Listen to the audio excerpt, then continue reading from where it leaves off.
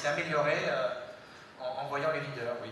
Est-ce que tu penses que, quand bien même c'est un concours, effectivement, récompense les plus performants, donc il y a forcément le risque de faire que les gens prennent des risques démesurés pour se classer, en tenant compte de ce paramètre qui est peut-être le principal défaut d'un concours de trading, est-ce que tu penses que cette compétition est bénéfique pour les participants ou non?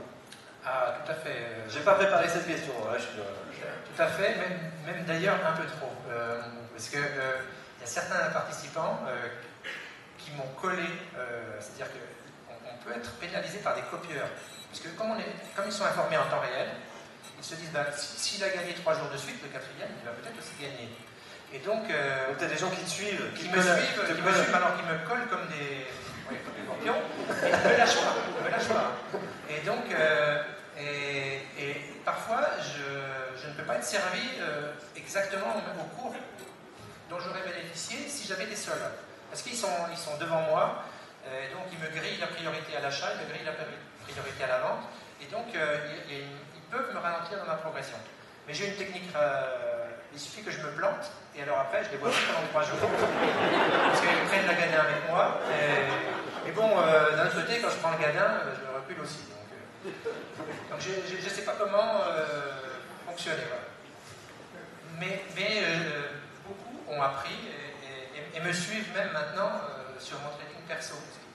Ils se disent, voilà, il fait telle chose sur le concours, peut-être qu'il fait la même chose à titre personnel.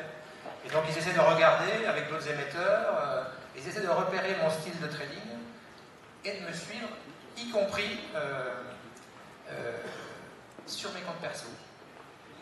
D'ailleurs, pendant que je roulais sur l'autoroute, il y a un de mes principaux concurrents qui me disait, tu viens d'acheter, non pas sur le concours, mais sur compte perso, telle et telle valeur à tel cours. Et donc elles ont progressé, pensent à les revendre. Moi j'étais sur l'autoroute, je ne pouvais pas passer les ordres. Donc je suis suivi, mais il y en a d'autres comme Tof Paris, qui doit avoir 700 suiveurs, ou même plus, 8 ou 900 suiveurs. Il y a certains concurrents qui sont suivis par des centaines d'observateurs. Il n'est pas visible, mais si par exemple quelqu'un a observé que je prends toujours, admettons, 10 000 varans, et que je les achète, quand je les achète, dès que je les ai achetés, je les vends 1 centime de plus. Et s'il observe par rapport aux autres échanges qui sont faits sur d'autres émetteurs, quelqu'un qui va faire toujours la même chose. La même chose qu'il a observé sur le concours, il va se dire c'est peut-être lui. Peut-être, mais il ne sait pas. Peut-être. Il y a une marque de fabrique. Il y a une marque, c'est la stratégie, c'est toujours la même. Et donc, celle qu'il a observée, si elle voit qu'elle se reproduit, eh ben, il va se dire, je la suis aussi. Parce qu'il a peut-être des indications, et donc il y en a qui me suivent même en dehors du concours. Et puis, bien sûr, ceux qui sont le plus suivis, c'est les traders actions. Et d'ailleurs, ils se frottent les mains, les traders actions. Parce que, imaginez qu'un trader action rentre sur une action et qu'il ait 100 suiveurs. Si c'est une action de moyenne, si les 100 suiveurs achètent 1 ou 2 ou 3 ou 4 centimes plus cher que lui, lui il se frotte les mains et ça peut l'aider à ce que le titre aille dans son sens. Alors ça, nous on essaie vraiment de limiter un maximum ce type de situation, puisque donc, les titres, les actions qui sont autorisées dans le cadre du concours sont que des actions liquides. En France, il y a à peu près 150 titres. Il y en a un peu plus cette année, mais là, vous comptez le réduire et c'est très bien. On va réduire là, aujourd'hui, il y a à peu près 120, ce serait parfait. Il y a à peu près 150 actions qui sont autorisées dans le concours, donc ça veut dire que vous ouvrez votre compte, si vous faites de l'action chez Bourse Direct, vous achetez un titre qui est peu liquide et qui n'est pas dans la liste des valeurs autorisées. Évidemment, votre compte Bourse Direct vous permet de le faire, mais si vous le faites, vous êtes disqualifié pour le classement en cours. Et vous pouvez à nouveau effectivement participer au classement suivant. Mais donc il y a un filtre de liquidité qu'on utilise pour choisir les titres qui sont éligibles ou non au concours. Et donc on va resserrer cette année, enfin l'année prochaine, ce filtre pour que la liquidité soit encore plus importante sur les titres qui seront éligibles. Et toujours en permettant aussi d'investir à l'international, puisqu'on met à votre disposition sur votre bourse un maximum d'informations sur toutes les sociétés cotées dans le monde. C'est vraiment le cas, c'est exhaustif.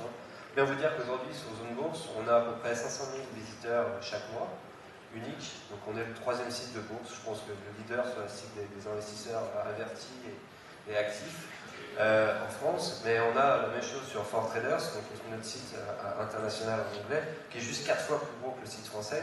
Donc on a beaucoup plus de lecteurs américains, anglais, que de lecteurs français, et ils viennent parce qu'on a une couverture de marché qui est gigantesque, qui est quasiment exhaustive. Vous avez de l'info sur toutes les boîtes cotées dans le monde.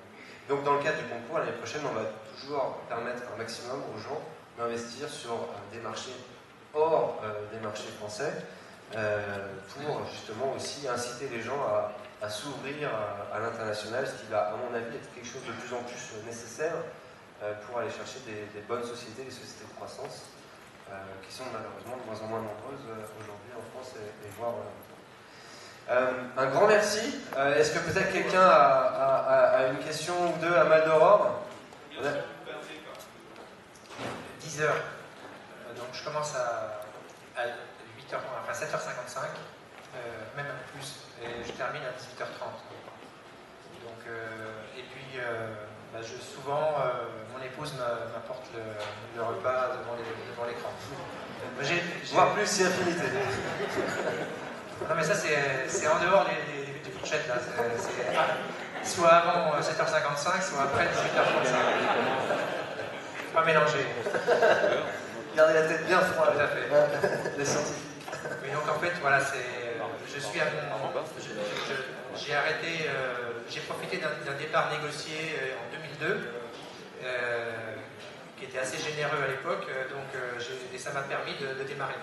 Déjà avec le petit chèque de départ, et puis aussi parce que j'avais un statut de chercheur d'emploi.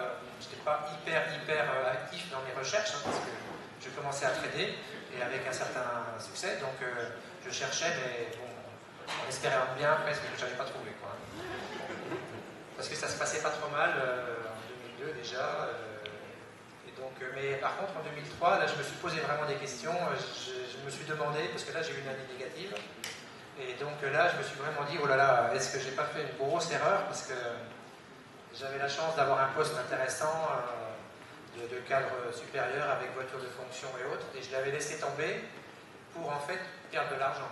Donc là je me suis dit, et même effets fiscaux, et double effet, et avec des tensions dans la famille aussi, parce que voilà, on passe avec des incertitudes et autres. Hein. Et aujourd'hui, si c'était à refaire, ça serait à refaire, je le referais, mais un peu plus tard. Parce que là, après 2003, d'accord. Non, une fois que j'avais un modèle répétitif. Parce que là, j'avais des coups de chance jusqu'à 2003. Tantôt je gagnais, tantôt je perdais. À partir de 2004, il y avait quelque chose de relativement répétitif. Un vrai process. Un vrai process où je grappillais des petits centimes. Et là, oui, à partir de ce moment-là, en 2004, j'aurais un peu de choix. Et là, c'était important. Donc, ne surtout pas se précipiter, faire au moins 2 années de gains consécutifs et garder une année d'impôt d'avance, surtout. Ça, c'est fondamental. Moi, j'ai une petite question. Oui. Par rapport à votre stratégie, en fait, Attendez. Oui, je disais, par rapport à votre stratégie, qui en fait est d'exploiter les trous d'air, Oui. très bien ficelé d'ailleurs, à laquelle j'ai jamais pensé. La question c'est, si vous vous trouvez dans un contexte où effectivement c'est pas un trou d'air, qu'est-ce que vous faites avec votre position? Alors justement, parce que normalement, là ça m'a déjà fait très mal, d'ailleurs sur la courbe on le voit quand c'était pas des trous d'air, parce que là quand c'est pas des trous d'air, et chaque fois c'était toujours pour la même raison, c'était parce que c'était le jour de l'annonce de résultats. Donc par exemple, il y a une valeur que j'aimais bien avant, c'était Air France, et puis je ne sais pas pourquoi, il y a un jour, il y a eu les résultats, et je n'ai pas fait attention. Je vois l'action qui baisse de 3%, donc comme d'habitude, je rentre, mais sans hésiter. Et je rentre, après ça continue, donc je renforce, et là, hop, ça finit à -7, -8. C'était comme ça, c'était au premier trimestre. Alors là c'est le genre de choses, après j'ai eu un peu de mal à m'en remettre, et donc j'ai voulu essayer de faire attention, et donc grâce au site Zone Bourse, j'ai pris la peine tous les jours, ou presque tous les jours, de regarder quelles sont les sociétés qui vont annoncer des résultats. Et là, celle-là, je n'y touche pas, comme je disais tout à l'heure. Et donc là, je peux supposer, quand je suis sur des valeurs de type Next 20, que c'est un vrai trou d'air. pour en être sûr, il me faudrait un peu plus de temps, parce que j'ai aussi un autre broker qui est Interactive Broker, et là on m'a dit que s'il y a des news, même récentes, sur la valeur dans la minute qui suit, qui précède, je sais s'il y a eu quelque chose sur la valeur ou pas. Donc il faut que j'arrive en 1 ou 2 minutes à regarder s'il y a eu une news, et s'il n'y en a pas eu, là je suppose que c'est du pilotage de stock. Tu l'apprécies la news ou tu regardes juste s'il y en a une? Non, juste s'il y en a une. S'il y en a une, je ne touche pas. Parce qu'elle peut nous sembler, nous, bonne, mais elle va être interprétée comme un peu moins bonne qu'attendue, par exemple. Et donc, ça va continuer à partir. Bon, mais en fait, ma question, c'est, admettons qu'il y ait effectivement une news qui sort plus tard, parce que ça arrive, des rumeurs, ça arrive, il y a des mouvements sur le titre, vous avez pris votre position, mais en fait, donc la news est sortie. Et ça va compter. Quand est-ce que tu coupes? En fait, la question, oui, monsieur, c'est quand est-ce qu'il coupe et qu'est-ce qui se passe si... C'est quand je m'aperçois que j'ai fait la boulette, et donc là, je sors le plus vite une fois que je l'ai vu. Et donc, je pense que je vais ajouter un filtre supplémentaire, c'est-à-dire que tous les autres concurrents, ils vont s'intéresser à des valeurs qui sont dans des volumes anormaux. Et pour eux, s'il y a 10 fois plus de volume qu'à l'habitude sur la période concernée, c'est qu'il y a quelque chose qui se passe. Moi, ce que je veux, c'est qu'il n'y ait surtout rien qui se passe. Surtout rien, que ce soit la journée la plus banale possible. Donc je voudrais un espèce de filtre inverse, un filtre pour être sûr qu'il n'y a rien. Et donc il me faut des volumes qui soient relativement en ligne avec les autres jours. Et là, je peux penser que c'est un peu un trou d'air ponctuel qui va être corrigé. Et donc il faut que j'ajoute encore, il faut que je perfectionne mon analyse. Hein. Et peut-être que dans 3 mois, je passerai à autre chose, je change sans arrêt, j'ai toujours des autres idées. Si je vois que je me fais trop souvent avoir, parce que j'ai quand même pris 3 fois 1 500 € dans la vue avec ça. Une fois sur Air France, jour des résultats, une fois sur Dassault, voilà, et une fois sur Gaz de France avant-hier. Voilà, donc 3 fois je me suis fait avoir. Donc 3 fois c'est beaucoup, et surtout sur 50% de mon capital, ça va très vite. Je peux perdre jusqu'à 10% comme ça en 3 minutes. Oui, s'il vous plaît. Alors, est-ce que votre principal indicateur, comme d'après certains, c'est les prix, et toujours les prix avec les prix, ou est-ce que éventuellement vous utilisez quelques autres indicateurs avec la période de bougie que vous regardez, laquelle est d'ailleurs? En fait, pour l'instant, par l'intermédiaire de Interactive Broker, je peux exploiter un flux qui me permet de faire des applications.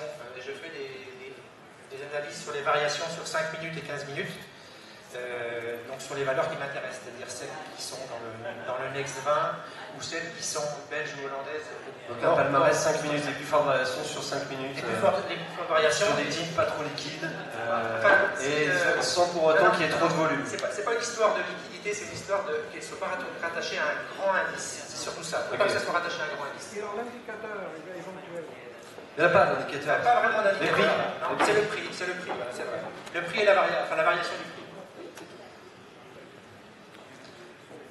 Quelqu'un a une question? Pardon? Les gains par jour, ça vous savez. Personnel, ils sont connus. Hein. Personnel, c'est beaucoup, voilà, c'est plus de 6 chiffres de toute façon. Sinon, c'est pas la peine. Et là, c'est plus par rapport au calcul de la performance. Moi, j'ai juste encore une question. C'est plus par rapport à votre calcul de performance. Comment ça se passe si un des participants remet de l'argent sur son compte? Comment est-ce que vous faites pour calculer sa performance? Alors si une personne remet de l'argent, c'est simple. Admettons que vous êtes parti avec 1 000 €. Ça s'est mal passé, vous êtes passé de 1 000 à 500 €. Vous êtes à moins 50%. Ok, vous êtes plus qu'à 500 € de cash. Vous remettez 1 000.